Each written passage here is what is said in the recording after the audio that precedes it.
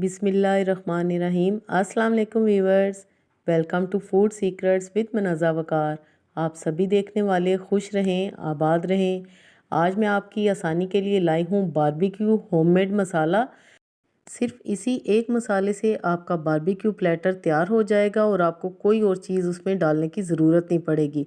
तो रेसिपी आपने कंप्लीट देखनी है, इंशाल्लाह आपको बहुत ही फ़ायदा पहुँचेगा। जी, तो सबसे पहले हम कुछ मसाले ड्राई रोस्ट करेंगे। मेरे पास है 2 टेबलस्पून साबुत धनिया, 1 टेबलस्पून है सफ़ेद ज़ीरा, दालचीनी की स्टिक है, 10 से 12 अदद लौंगे हैं। दालचीनी को आपने तोड़ लेना है। बादियान के 2 अदद फूल हैं, 4 अदद मोटी इलायची है, जावित्री का पीस है और 5 से 6 अदद सब्ज़ इलायची हैं। मसालों की क्वांटिटी आपने गौर से देखनी है ताकि बेहतरीन तिक्का मसाला आपका तैयार हो। 3 से 4 मिनट के लिए हम इनको ड्राई रोस्ट करेंगे बिल्कुल लो फ्लेम पे।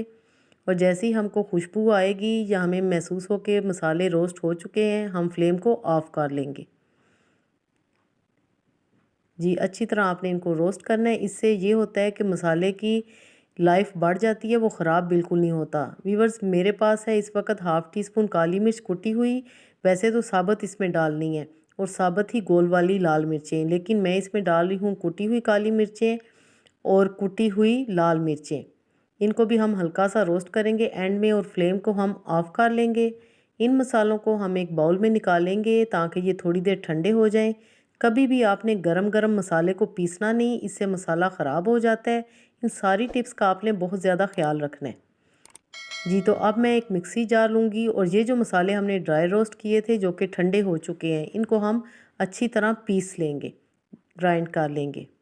जी, तो मसाला हमने अच्छी तरह ग्राइंड कर लिया है।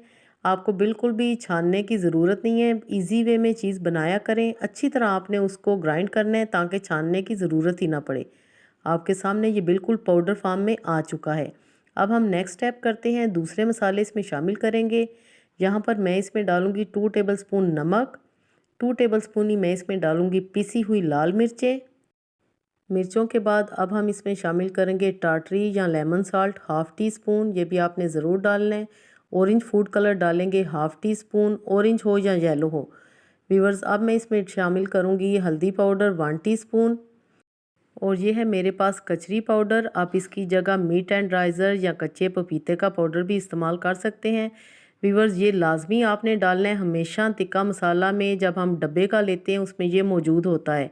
इससे ये होता है कि बड़ी जल्दी आपके तिक्के सॉफ्ट हो जाते हैं और मैरिनेशन में बहुत ज़्यादा आसानी हो जाती है। और अब मैं इसमें शामिल करूँगी अदरक लहसुन का पाउडर 1 टेबलस्पून। व्यूअर्स, अगर आप ये शामिल करना चाहते हैं तो ठीक है, नहीं तो आप स्किप कर सकते हैं। लेकिन इसका फ़ायदा ये होगा कि आपको सिंपल यही एक मसाला अपने टिक्का में या कबाब में डालना पड़ेगा और कुछ भी नहीं डालना पड़ेगा और आपके टिक्के तैयार हो जाएंगे। आपके यानी कि चिकन के टिक्के या गोश्त के टिक्के, जिस चीज़ के भी आप बनाना चाहें।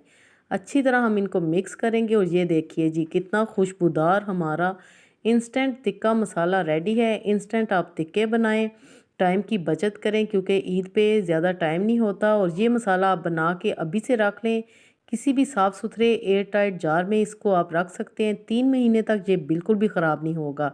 तो वीवर्स, आई होप कि आपको ये रेसिपी ज़रूर पसंद आई होगी।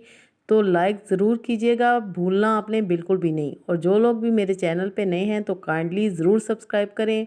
बारबेक्यू मसाला तैयार है, बनाएं कबाब, टिक्का या बोटी, हर तरह के लिए बेहतरीन। अल्लाह पाक हम सब का दस्तरखान हमेशा वसी रखे। Thanks for watching. Next video तक के लिए मुझे दें इजाज़त। अल्लाह हाफिज़।